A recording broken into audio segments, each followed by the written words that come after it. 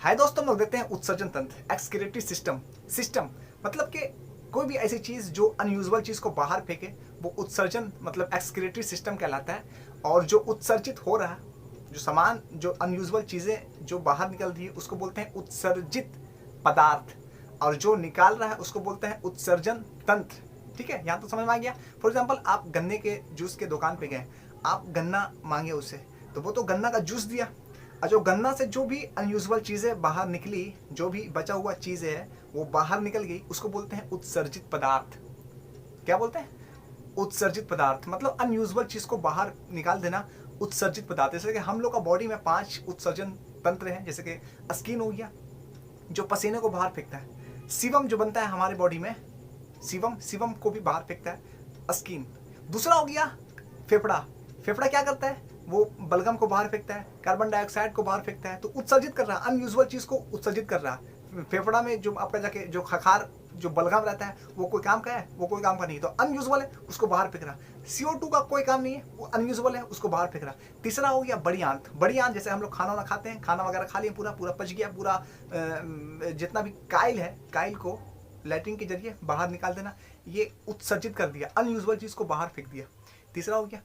चौथा हो गया यकृत। यकृत क्या करता है? वो अमोनिया को यूरिया में बदलता है। अमोनिया बहुत जहरीली पदार्थ है, अमोनिया को यूरिया में बदलता है, कम जहरीली पदार्थ में बदलता है, क्या कि यूरिया जो है अमोनिया से कम जहरीली है, तो अमोनिया को यूरिया में बदलता है। और पांचवा हो गया आपका विरिक, जिसको बोलते हैं हम लोग किडनी। किडनी किडनी की संख्या 2, ये मुख्य उत्सर्जित पदार्थ है। सबसे ज़्यादा अगर उत्सर्जित पदार्थ है, सबसे ज़्यादा अगर महत्व रखता है उत्सर्जन में, एक्सक्रीटरी सिस्टम में सबसे ज़्यादा अगर महत्व रखता है तो वो रखता है आपको जाके वृक, किडनी। किडनी की संख्या 2 होती है, जैसे कि आपको दिख रहा होगा, किडनी 150 ग्राम का होता है, ये मुख्य उत्सर्जित पदार्थ है। किडनी के ऊपर एड्रिनल ग्लैंड रहता है। ग्लैंड नामक चैप्टर में जब हम देखेंगे तो वो उसको ग्लैंड को हम क्लियर कर लेंगे। अभी हम जो देख रहे हैं उत्सर्जन तंत्र देख रहे हैं उसको हम क्लियर करते हैं। ग्लैंड रहता है ऊपर में, एड्रिनल ग्लैंड, उसके नीचे आपको जाके किडनी रहता है। किडनी 2 नसें आई रहती है, जैसे कि आपको दिख रहा होगा। रेनल नामक नस आया रहता है, जो ब्लड है, ब्लड यहीं पे छनाता है, ब्लड जो है छनाता है यहीं पे, और छनाने के बाद यहाँ पर पेशाब बनता है, पेशाब को अलग करता है किडनी जो है, पेशाब को अलग करके फिर आपको जाके यूरेटर में भेजता है, यूरेटर के जरिए आपको जाके यूरिन ब्लैडर में भेज के फिर बाहर निकाल देता है। तो यहाँ हम देखते हैं जो रेनल नामक नस आया, किडनी को हम और गौर से देखते हैं और नज़दीक जाकर देखते हैं। किडनी आपको दिख रहा होगा, किडनी का जो शुरुआती हिस्सा है उसको बोलते हैं हाइलम, रेनल हाइलम बोलते हैं। क्या बोलते हैं? Renal hilum. यहाँ पर जो यूरिया है, यहाँ पर यूरिया की मात्रा अधिक होती है। उसके और अंदर जाएंगे, जैसे किडनी में नेफ्रॉन बहुत ज़्यादा पाया जाता है। एक किडनी में तो 1 मिलियन 100 मिलियन नेफ्रॉन पाया जाता है, तो 2 किडनी में तो आपको जाके 2 या 2.5 मिलियन नेफ्रॉन हो गया। नेफ्रॉन को भी नहीं देख रहे हैं, अभी हम देख रहे हैं मतलब किडनी को। किडनी में जो शुरुआत हिस्सा है उसको बोलते हैं रेनल। क्या बोलते हैं? Renal hilum. रेनल हाइलम, वहाँ पर यूरिया ज़्यादा रहता है। फिर अंदर जाते हैं, अंदर का हिस्से को कहते हैं मेड्यूला, और उसके किनारे के हिस्से को कहते हैं आपको जाके कॉर्टेक्स। और किडनी एक परत में रहती है, जैसे कि आपको जाके एक थैली में रहती है किडनी, ठीक है, उसको बोलते हैं पेरिटोनियम। पेरिटोनियम नामक थैली में रहती है किडनी, ठीक है। किडनी का वजन है 140 ग्राम, अप्रॉक्स 140 ग्राम एक किडनी का वजन है। यहाँ तो देख लिए। अब देखते हैं नेफ्रॉन को। नेफ्रॉन हम लोग अब किडनी को देख लिए, नेफ्रॉन को देखते हैं और अंदर जाते हैं और डेप्थ में जाते हैं, तो नेफ्रॉन को देखते हैं।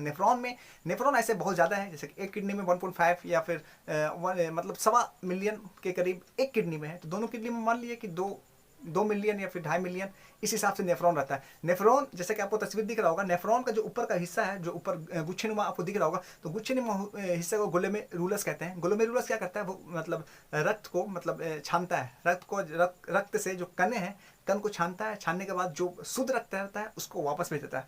फिर आता है आपको जाके बोमेन कैप्सूल। बोमेन कैप्सूल उसके नीचे है, ग्लोमेरुलस से नीचे बोमेन कैप्सूल। बोमेन कैप्सूल क्या करता है? ये जो यूरिया है, जो किडनी जो यकृत लीवर जो है अमोनिया को यूरिया में बदला था, ये यूरिया को पेशाब में बदल के फिर बाहर कर देता है।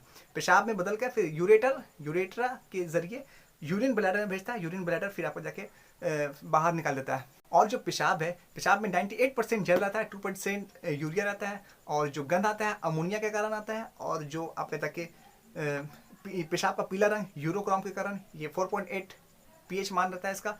4.8 है तो ये अम्लीय होगा। 0 से 7 जिसका pH मान रहता है वो अम्लीय रहता है, और जो 7 रहता है जिसका वो आपका मतलब उदासीन रहता है, न्यूट्रल। और जिसका 7 से 14 तक रहता है उसको बोलते हैं क्षारीय।